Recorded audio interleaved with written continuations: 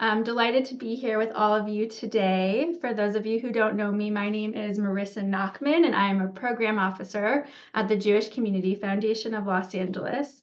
On behalf of my colleagues, including our CEO, Rabbi Aaron Lerner, our Executive Vice President, Dan Rothblatt, our Vice President for the Center of Design Philanthropy, Naomi Strongen, and our Board of Trustees, I want to welcome you and thank you for joining us for today's workshop with Danielle Siegel, the leader of Honeycomb, a program of the Jewish Funders Network dedicated to elevating the field of Jewish youth philanthropy.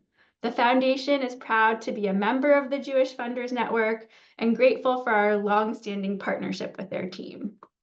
Before we get started, I want to inform you that we are recording this Zoom so that it can serve as a future resource for clients who could not make it today. If you would like closed captioning, please press the More button at the bottom of your Zoom screen and then select the Captions option. In addition, I want to encourage you to turn on your cameras if you are comfortable so that you can fully engage in this interactive experience. I would now like to share a few brief words about the work of the Center for Design Philanthropy at the Foundation. The Center is the philanthropic advising and grant-making arm of the Foundation. A big part of our mission as an institution is to provide all of you who have funds here with us with the resources and counsel you need to achieve the greatest impact with your giving in a way that feels meaningful to you as an individual or family. The work of the Center is one of the things that sets the Foundation apart from a bank or another entity that manages assets. Our team works in two primary areas. The first is grant making. We distribute $7 million a year from our endowment, client fees, and client donations in the form of strategic grants to local Jewish organizations, the broader LA community, and needs in Israel. Meeting with hundreds of nonprofits each year provides us with knowledge that we can use in the second area of our work, advising clients. Anyone who holds a fund at the Foundation receives the benefit of philanthropic advising support from the Center. This might include helping you come up with a meaningful giving strategy, providing ideas for excellent organizations that match your area of interest, or vetting a specific organization on your behalf. As we'll highlight in today's session, we can also guide you in facilitating conversations with children and grandchildren around giving back and ensuring your legacy will live on into the future, as we know these are high priority topics for many of our clients.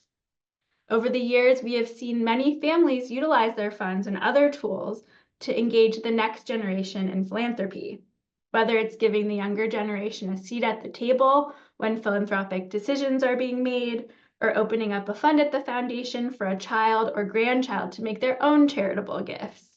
We have had the honor of opening hundreds of donor-advised funds for the children and grandchildren of our clients. In an effort to support clients in passing down a legacy of philanthropy to the next generation, we regularly organize events like this one, featuring renowned speakers in this field. Recently, we have hosted events featuring Ron Lieber, best-selling author of The Opposite of Spoiled, Dr. Lee Hausner, an esteemed psychologist who specializes in the psychological issues involving wealth transfer, and Jolene Godfrey, founder of The Unexpected Table. We're always happy to share the recordings of these events or send you copies of the speakers' books if you're interested. It is now my sincere pleasure to introduce today's expert speaker, the Executive Director of Honeycomb, Danielle Siegel. Danielle is originally from London and moved to New York in 2010. She has worked in the Jewish nonprofit field for 15 years as an educator, camp director, and nonprofit manager. Over this time, she has developed countless curricula and resources, including courses about youth philanthropy, Jewish education, and teen leadership. She presents at conferences and seminars nationwide about Jewish youth philanthropy, experiential education, and teen engagement. She also received the Jack Petchy Award for Outstanding Service to Young People in 2009. Since 2016, Danielle has worked at Honeycomb, the leading network supporting and inspiring Jewish teen philanthropy programs across North America and internationally. One of our clients at the foundation is actually helping to fund Honeycomb's expansion in LA. So hopefully that'll help assure you all that Honeycomb is a really vetted and worthy initiative to support.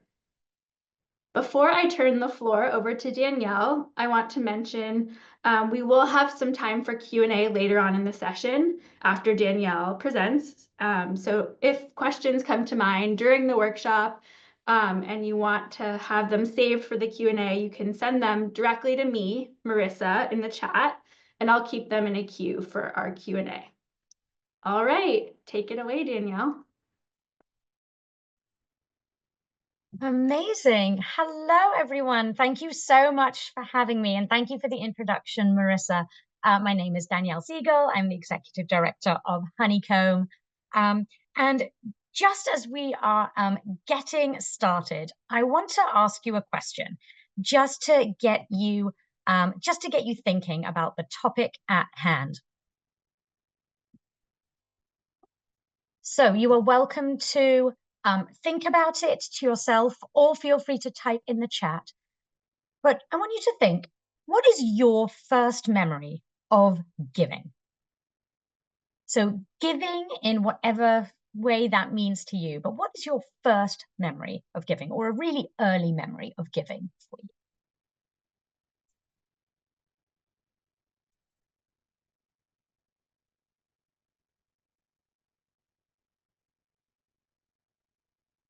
And once you've got that in your head, how has that early experience of giving influenced you as a giver now?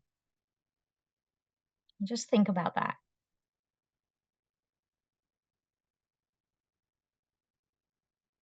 Amazing.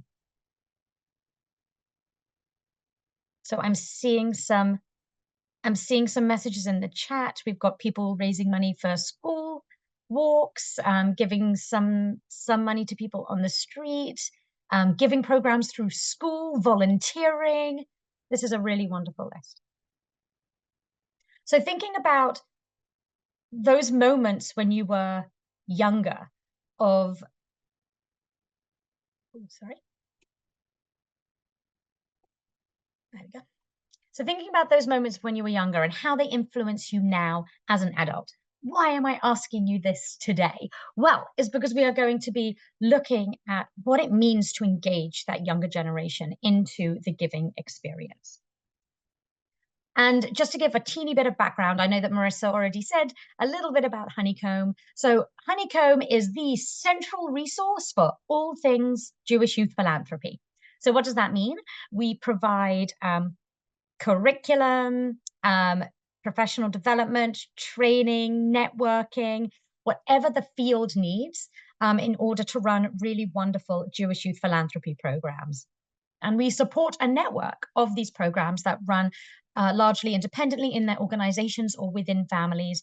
And we're really about inspiring that next generation of change makers. So what are we doing today? Why is Honeycomb here? What are we going to be covering together? So first of all, we're just going to talk really quickly about what is Jewish youth philanthropy. I've said a couple of times this kind of buzz phrase, but we're going to go over like what this actually is. Danielle, I just want to let you know you're not sharing your screen right now if you're meaning to share your screen. Oh, I'm so sorry. What was I sharing? Oh, I saw it. I saw her screen. Oh, okay, great. Ah, sorry. I will, you know what? I will reshare just in case that did not work, but thank you for the prompt. I saw it. Okay, no worries. Let's try this one again. Okay. Everyone sees the same screen with what are we covering today? Yes, yes. Yay, wonderful. Okay. Fantastic.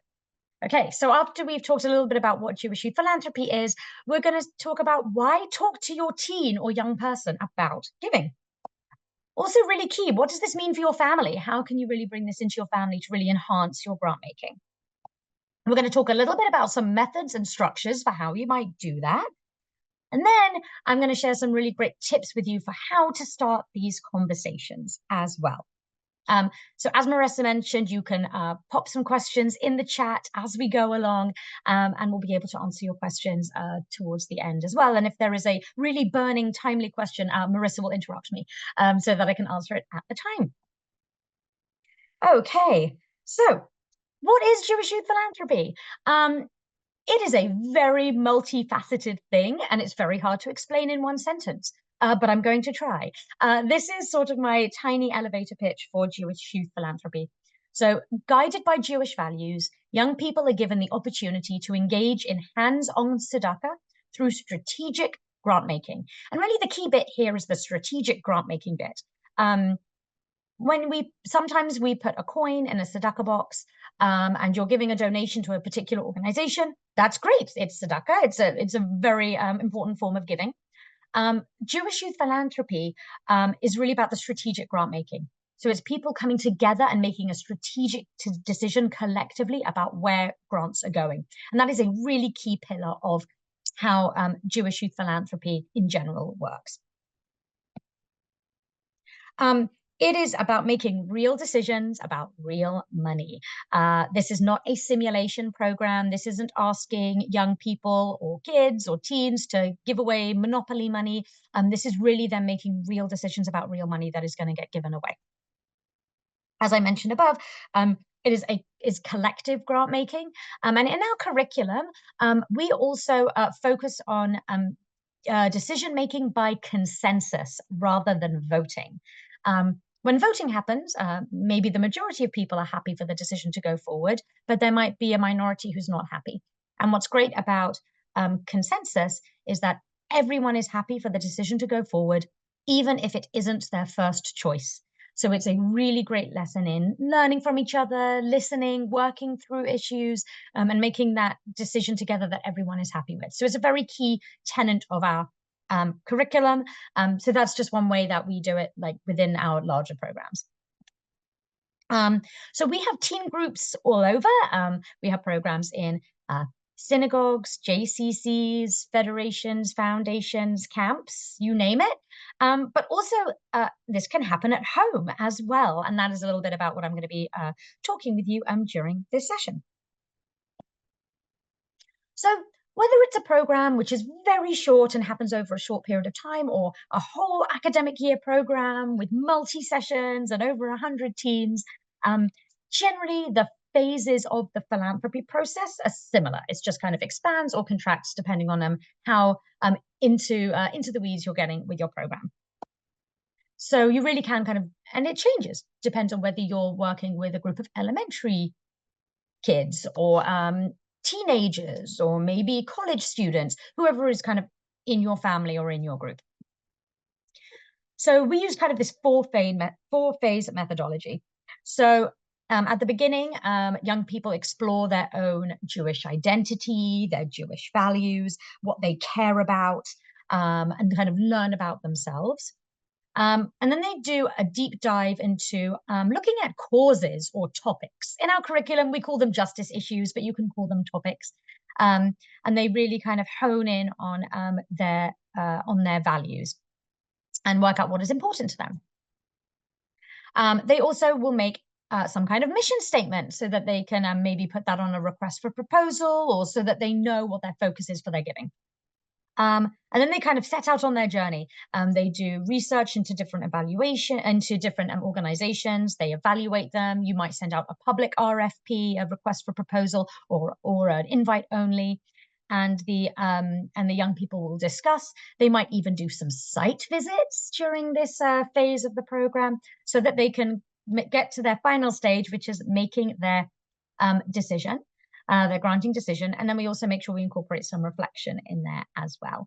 So this is like the general arc of the program. Like I said, it's going to be far more in-depth, depending on how much time you spend. A lot of places also do a deeper dive into what is a nonprofit, how to read a budget, all these great transferable skills that go into philanthropic giving.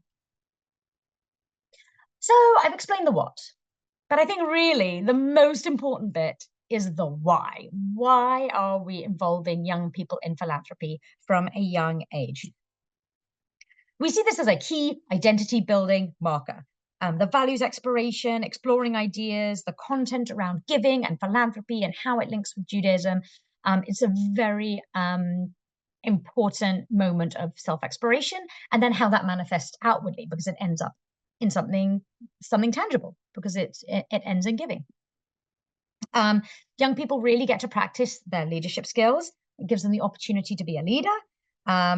They get really lifelong skill sets in what it means to be philanthropic. They get a real world understanding of nonprofits. They understand the lexicon of philanthropy, how things work, how to dig deeper to make an informed decision, how to read budgets, what a nonprofit is. So it's really setting them up for that real world understanding. Now, this is really the key one. I really should have like emblazoned this one with shiny things and underline, because this is a really big why. We're really instilling a lifelong connection and dedication to giving. By starting from a young age, we're really flexing that muscle of giving, and then they know what to do as well when they're older, and they can carry that passion for giving into their adulthood. Also, anyone can be a giver. This is a really great moment in democratizing philanthropy, and really philanthropy can happen at any age. So whether you have kids or grandkids that you want to engage and you think, well, they're only 12, are they too young? Honeycomb's answer would be no, they're not too young. There are ways that we can age appropriately involve them into giving and making it really meaningful for them, and also really meaningful and valuable for your family as well. So why we know kind of like why Jewish youth philanthropy is important, but like why involve your teen or your young children in giving? Well, you know what the research says, it's a good idea, which is really something important for us to look at. So there was a really great study that looked at women and daughters and giving. And I'm just going to read this kind of quote for you. When parents give to charity, their children, both their sons and daughters, are more likely to give to charity. So I love the idea that it's, maybe there's, talking about charity is really important, but when the kids see that their parents are giving charitably, they also do that too. And actually, parental giving is linked with an 8.7% point increase that their kids are going to then be philanthropic as well. So really good stat there. And then this stat came from a really great book called Generation Impact. And they found that 90% of next-gen donors involved in the Generational Impact study were volunteering before the age of 21. And I love this. 90%, that is very high. 9 out of 10 of those next-gen donors were already looking at how can we make change? How can we make a difference? How can we give of ourselves? How can we volunteer to help? And they all did that before they were 21, and it kind of informed their giving later on. So also getting young people to be involved in different ways. I mean, this one looked at volunteering. There might be other ways as well, but nothing lives in a vacuum. And that's very important as well when we're looking at philanthropy and young people learning about philanthropy. It's not something that's just in a silo. It links to so many other areas of their life, which is why we see that the skill building is so important and the philanthropic literacy is so important, because it all dovetails together and makes this great picture for what giving can be in the future. So what does this mean for your family? If you're thinking, great, I'm interested in bringing in my younger generation into our giving process. One key element is that it really does empower the youth voice. As I mentioned before, we are identity building, we are character building. We're really giving the young people a seat at the table so that they can voice their opinion. And really key is that we're giving them responsibility as well. We're saying, look, your opinion matters, and we want you to be part of our giving process, and we're going to give you age-appropriate responsibilities along the way so that you can really be part of this with our family. It gives them that preparedness for the future, not only to know about what, the future for your family and what you want from your giving, but also those great transferable skills that they can use as well. It also is a great moment to include that Jewish content of giving. And there are so many ways that Judaism and Jewish tradition are interwoven into our curriculum materials that we use for Honeycomb, but there's also lots of really meaningful ways that you can do it too in a low barrier, easy to entry way. And we'll talk about that in a little bit. But that's also very empowering for the young people to know that their Jewish identity can really be a key to their giving. And then what else does this mean for your family? It's really a wonderful moment to talk about your family legacy and your family values. So understanding why your family gives, why do they give in the first place? Is there some Jewish history behind that? What are the values that your family shares that you want to pass on to the young people in your family? Also, it's a really great moment to talk about Jewish heritage, whatever that means to you. What is the Jewish story of your family? And how does that Jewish story in your family uphold your values for giving and the connections to giving as well?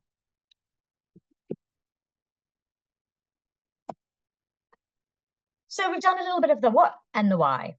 And you might be thinking, great, Danielle, this is lovely, but like, how do we even get started?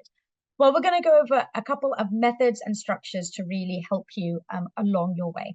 So some structures of how you might bring young people into your family giving. So the first one is make them part of that family collective decision. So bring your young people along for the journey. Bring them as either as part of your philanthropic giving as a family, around the dinner table, you can do special board meetings with your kids or grandkids. So really having them as part of the bigger group. So this one is not necessarily setting up a kids table. This is getting the kids to come and sit at the adults table so that you can all do it together as a family table.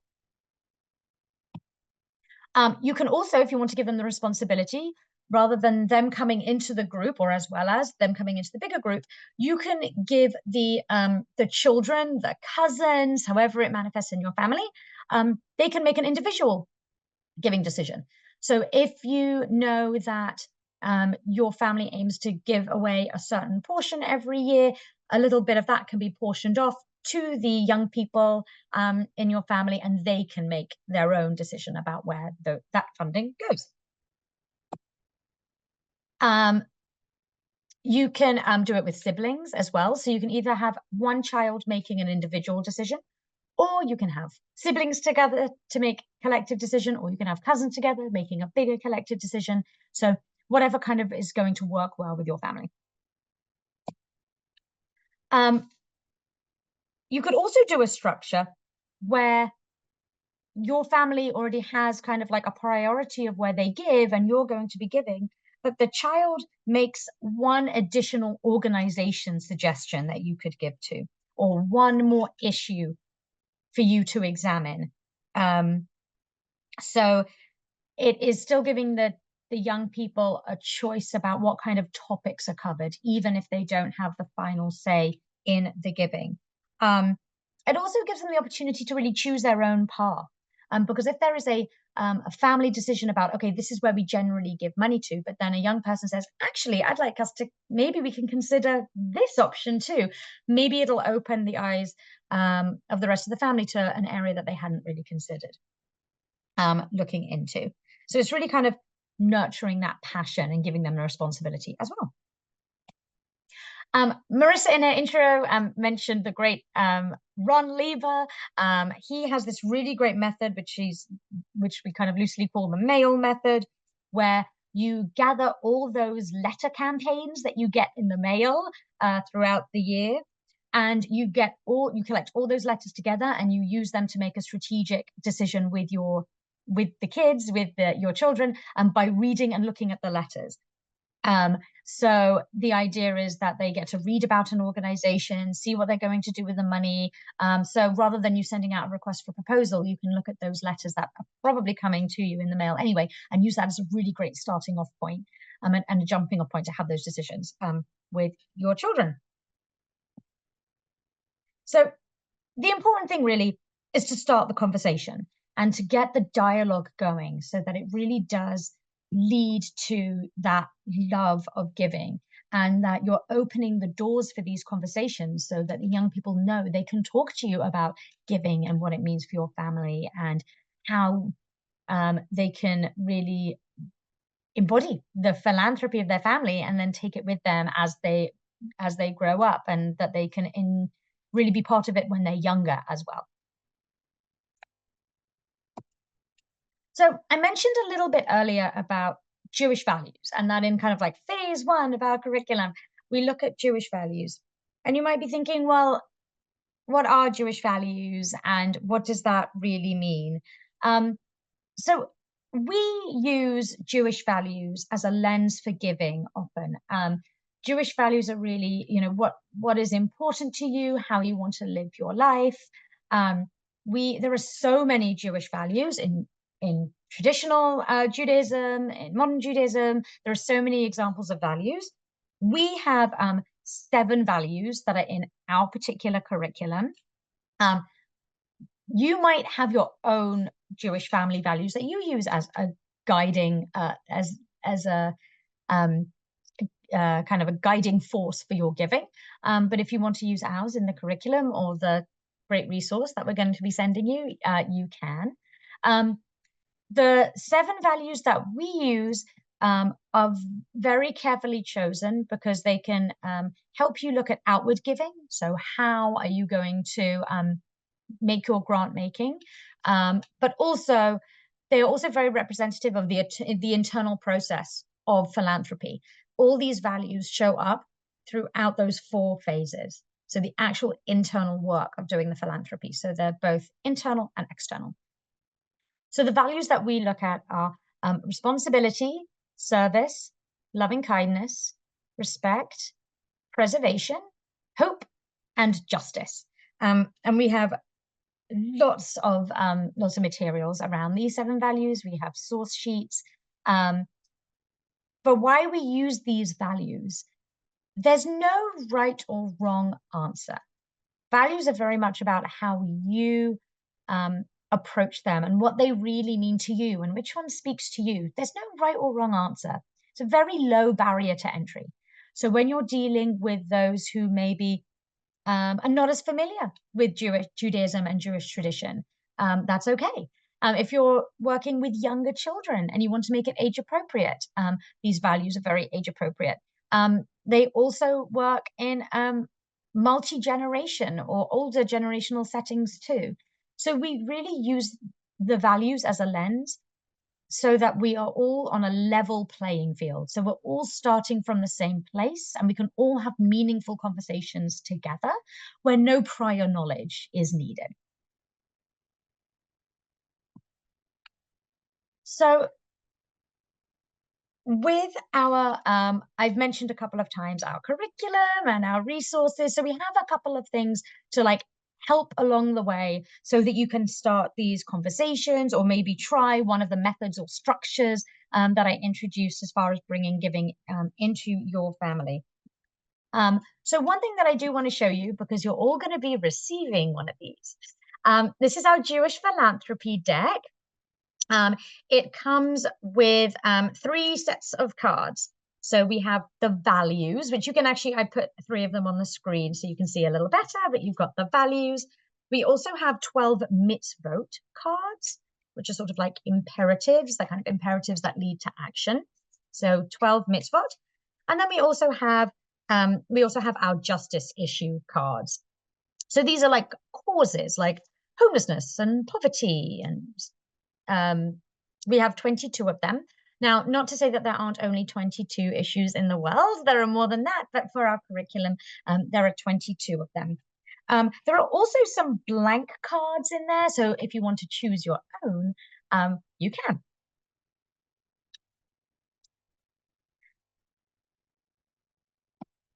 So how might you use these cards as conversation starters?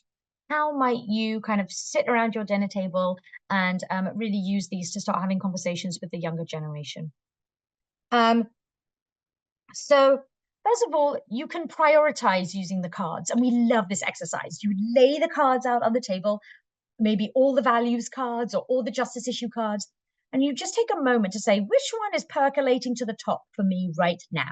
And you literally shuffle them around. So if you're looking at the values, you say, okay, from 1 to 7, this is the order that I would put them in for now. We love this method because not only do you get to look at all these options, it gives you that moment of physical shuffling. So you can move things around, you can change your mind, you're engaging with a prop, a thing in front of you. So as you're processing and as you're making your decision, or as you're exploring what's important to you, that act of actually moving and shuffling can also allow for some clarity. Really good with younger children as well. So I love this exercise. You can pick your top 2 cards and then you compare them with your kids or your grandkids. So you might want to spread out all the justice issue cards. You pick your top 2. Which are the top 2 that are percolating for the top for you right now? The young people also pick their top 2, and then you sort of do a reveal. Are they different? Are they similar? Do they kind of fall in the same categories? What's interesting about your choices? Is there something that you didn't expect? Is there something you definitely expected? So it's a really great way to start that conversation about prioritization, and why your family might have certain priorities, or in the past where they've had certain priorities, and you can use those cards as a way to venture into that conversation. We love sharing stories. We love hearing family stories. Whenever we do our intergenerational work, we always focus on storytelling.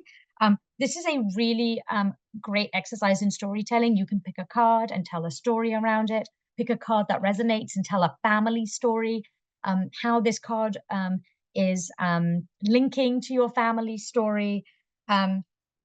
It's another really great way to hone in priorities for your family's giving, but also for the young people to learn about what is your family story and why are you involved in giving. And sometimes having something like a card or a physical representation or something that they pick from a pile just really helps break those barriers so you can start having those conversations.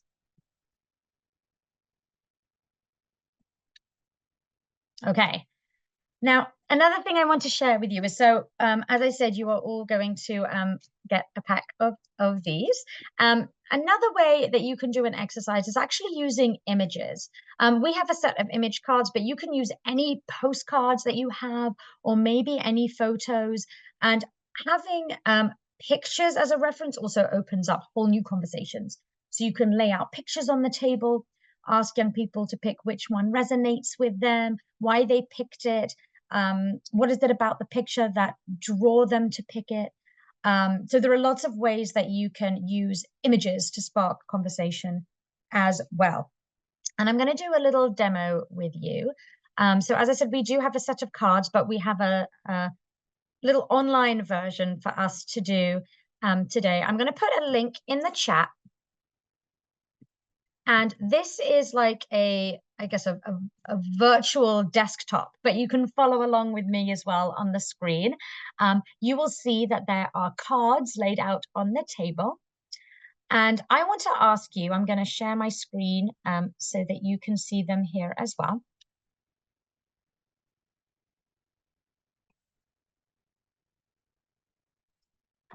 So either following along on my screen, or you can click the link and follow along yourself too. Looking at this set of images, which image is really standing out to you at the moment? Maybe there's an element of the picture that you think is interesting. Maybe there's something surprising in the picture. Maybe there is something thematic in the picture.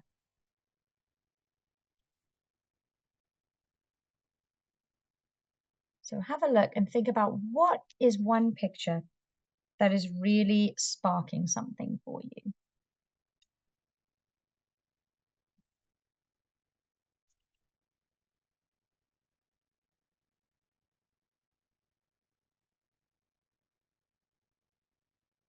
Interesting. So if anybody would like to share what about the picture really resonated with you? Feel free to type in the chat, or you can unmute yourself and say why you picked that card. I can see in the chat we have, oh, the House on the Life Preserver was a popular one. The Girl in the Red Cape. Yes, I love that one. The Hands.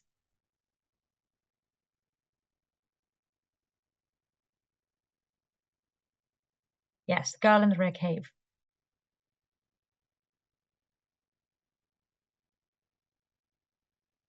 Interesting. And one of my favorite, oh yes, Life Preserver, unusual image. People like this one because it's an unusual one. One of my other favorite questions I love to ask whenever I do an exercise with images is, if you were to zoom the camera out, what are we not seeing around the edge of the picture? I love that question. Again, no right or wrong, but again, really great questions to ask with your family around the dinner table.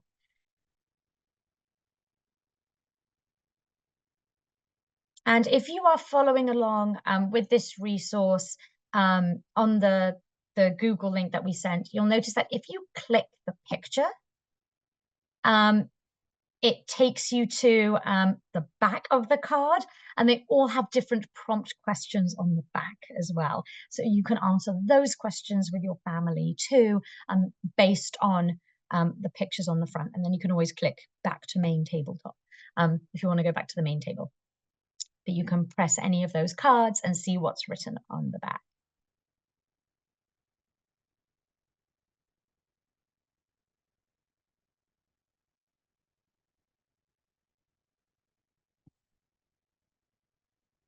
Any themes from the cards that you think are percolating to the top?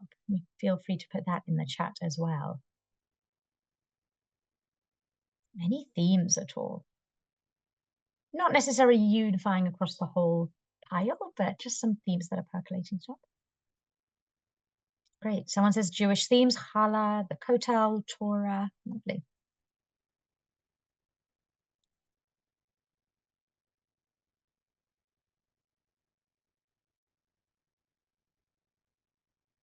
Amazing. So I love being able to mix and match some of the methodologies. So we have some with words where we look at the values, although there are some small images on the values cards as well, which are really great because you can use those to start conversations as well. So using words and or images at different times is great because it means that you're meeting your family members where they're at, depending on their level, their age, whether they've done anything similar to this before. You can think about what resonates with your family. Okay. Sorry, I'm going to share my screen once more. Okay, can everyone see my screen again? Great.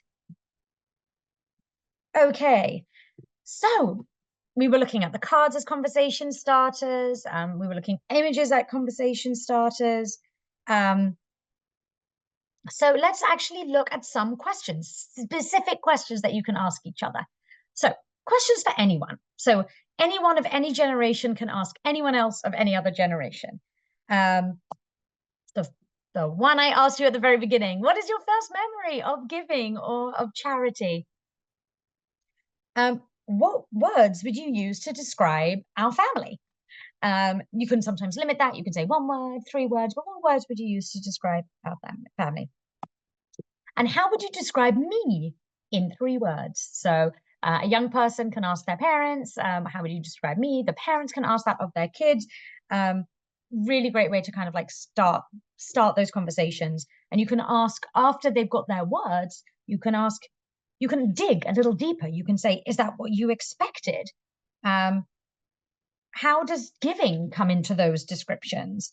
And Is the way that you saw yourself the same way as family members see you? So there are other ways that we can like expand on what is being said. Okay, so questions for children to ask their parents or children to ask their grandparents. What do you remember about what your parents told you about giving? So we're looking at what's getting passed down from generations or not getting passed down. Maybe they weren't told a thing about giving back in the day and they want to change that with the next generation. So we're finding out like what happened in the past. What is the philanthropy history in our family? Which generation did it start at? Is there a particular family member who was responsible for our giving or who was involved in this work? And then as a result of our family history in philanthropy, what values have been passed down over the generations? What are those through lines that have come through and are now being seen now in the younger generation? Okay, now the other way, questions for parents to ask their children. What do you think is the biggest issue affecting young people today? What issue in the world would you like to solve and why? Like it's one of those, if you could wave a magic wand, what would you like to solve? And this is a really telling one, but other than a family member, who do you look up to and see as a role model and why? Maybe some of the values in your family are represented in that role model who's not in your family. So lots of ideas there about how you can start a conversation in the car, around the dinner table, setting up a little board meeting with the young people in your family so that you can really get them started on that process of giving and family philanthropy. So I know I have just thrown a lot of information at you, and thank you for joining in as well in some of that conceptualizing and looking at pictures and looking at the values. But I want to take a pause and ask if anyone has any questions at all.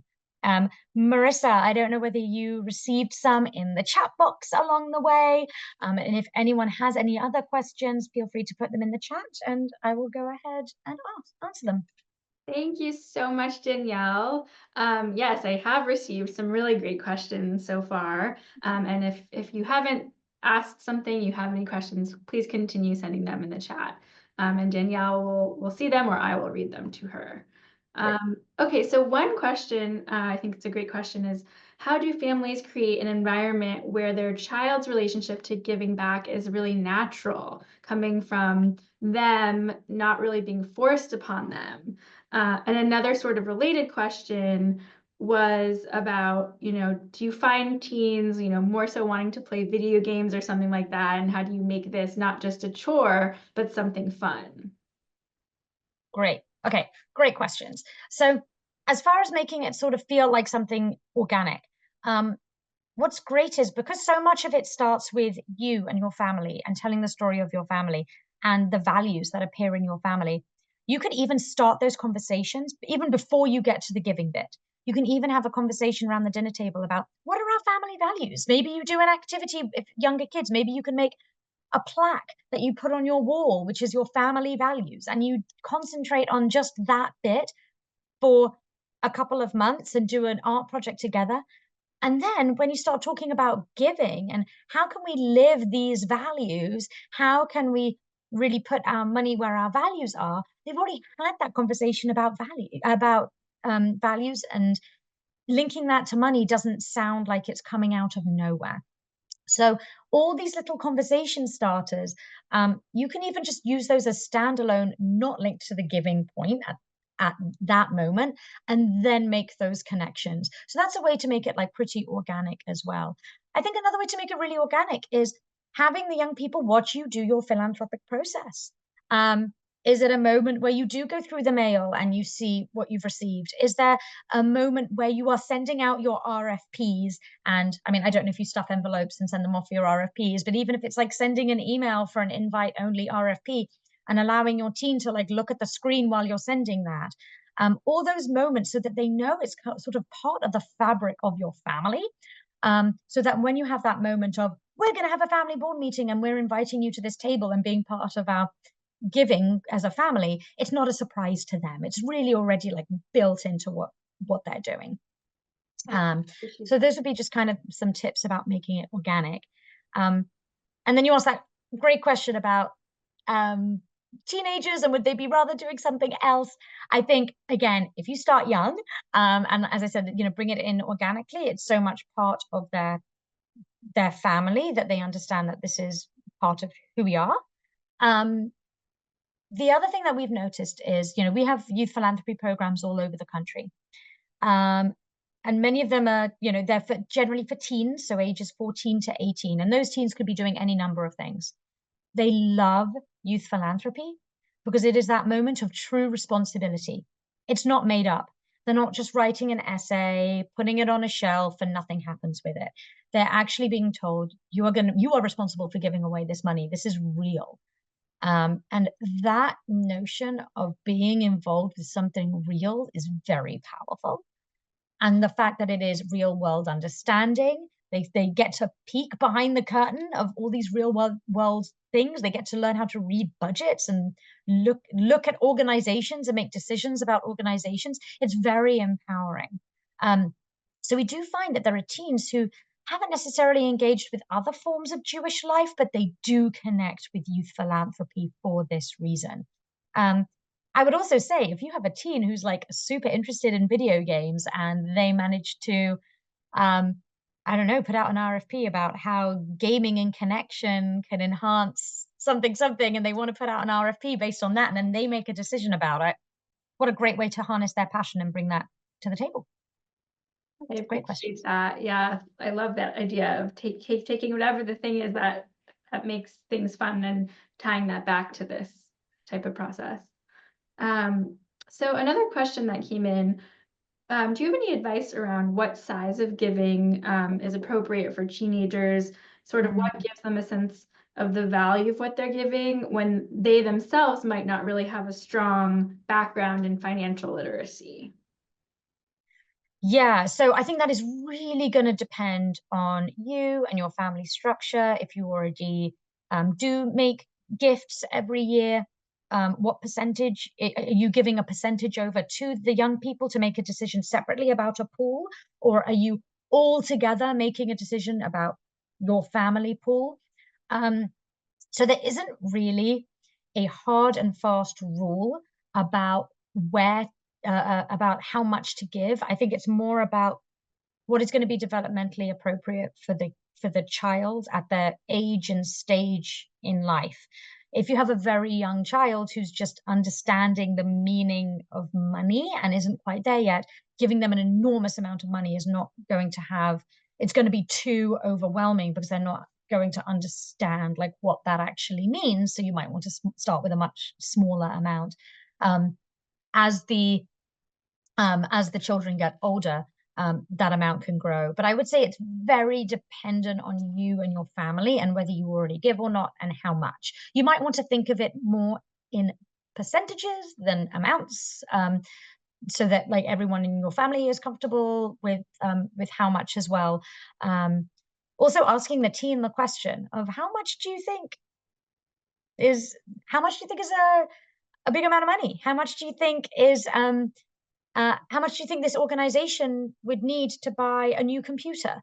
Because and what's nice is if you do an RFP, if you send out a request for proposal, or you get some asks in for very specific projects, like we need a new computer for this nonprofit, or I need to train up this many volunteers and it costs this much. Because you're comparing the money amount to something that the teens can physically think about. I know what a computer is. I know that maybe training 10 volunteers might be 10 hours of a training program. So if you get RFPs of that nature, that'll help them make the connections of what impact certain amounts of money can make, because that's really what we're talking about. We're talking about what is the impact that the money is going to make, not the actual dollar amount. Thank you so much. That makes a lot of sense. Okay, another sort of topic is what should families do if their idea of the right cause or philanthropic initiative is different from their child's? Related to that, any advice around, navigating this when there might be divisions by age or by, generation? Yeah, I think the key thing here really is transparency. and setting out boundaries or parameters early so that a young person doesn't feel like you've given them a certain amount of freedom and then you pull the rug out from under them and you say, oh, no, we don't like that idea, so we're taking that away from you. So being really clear, okay, our family philanthropy is in this topic. We're all going to be giving this year in this topic. Come join us in that process. And we want to hear your opinions. So you're bringing them in, you're saying there's already a cause that's been earmarked and you're bringing them into conversation. If you say to your teen, we are giving you this portion of money, you can do whatever you want with it. You have to be happy with their decision. You're saying to them, you can give this in any way that you want. When they present to you and they say, okay, this is the topic we're going to look at, we're going to send out a request for proposals, or we're going to look at a docket of nonprofits that we think might be a good fit, however you want to do it. Because you've given them that freedom with no tram lines, like when you think of bowling with the bumpers, you've given it to them with no bumpers. You have to say, okay, that is their decision. That is what is important to them. I'm going to give them that freedom. If you want to set out parameters, which is no bad thing, there are lots of foundations that say, okay, well, this is our foundation, and we give in the area of homelessness and only homelessness because that is our focus. Okay, that happens. You've set up your boundary, you've set up your tram line, and then anyone who's involved with that knows that that is the giving focus of the foundation. So it's not necessarily a bad thing. You just want to make sure that you're really clear from the offset what decisions are the team's and what decisions are already previously laid out from the family. And even if there are some predetermined decisions, making sure that the teams still have decision-making power in certain areas so that they are still involved in the decision-making process. You don't want it just to be a token. You don't want to say, yay, come to the table, and then reject every idea, because then why have you brought them to the table? So being really transparent and intentional and clear from the outset. And then if you're giving them the freedom to choose, know that you might not like the answer, but that's what's important to them right now. Very wise. I really appreciate that answer. All right. Any last questions before we conclude while Danielle is here with us?